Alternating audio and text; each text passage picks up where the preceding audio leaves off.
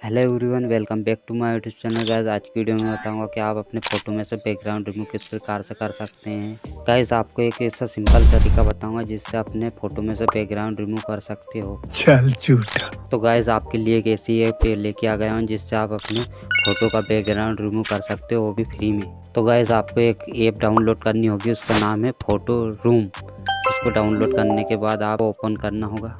सबसे पहले आपको इस ऐप को ओपन करना होगा। उसके बाद आपके सामने स्टार्ट फ्रॉम फ़ोटो का ऑप्शन आ रहा होगा, उस पर क्लिक करना होगा और एक फ़ोटो चूज़ करना होगा। तो मैं एक मेरा फ़ोटो ले लेता हूँ। उसके बाद आपके फ़ोटो को ये स्कैन करेगा 2 मिनट। उसके बाद ये बैकग्राउंड रिमूव हो जाएगा। उसके बाद आपके सामने एक ऐसा इंटरफेस आ जाएगा। आपको वाइट वाले ऑप्शन पे क्लिक करना होगा, ये कुछ लोडिंग लेगा। उसके बाद आपको शेयर के ऑप्शन पे क्लिक करना होगा। सेव टू गैलरी को ऑप्शन पे क्लिक करना होगा और इसे डाउनलोड करना होगा। तो गाइस, आप देख सकते हैं कि इस फोटो का बैकग्राउंड रिमूव हो चुका है।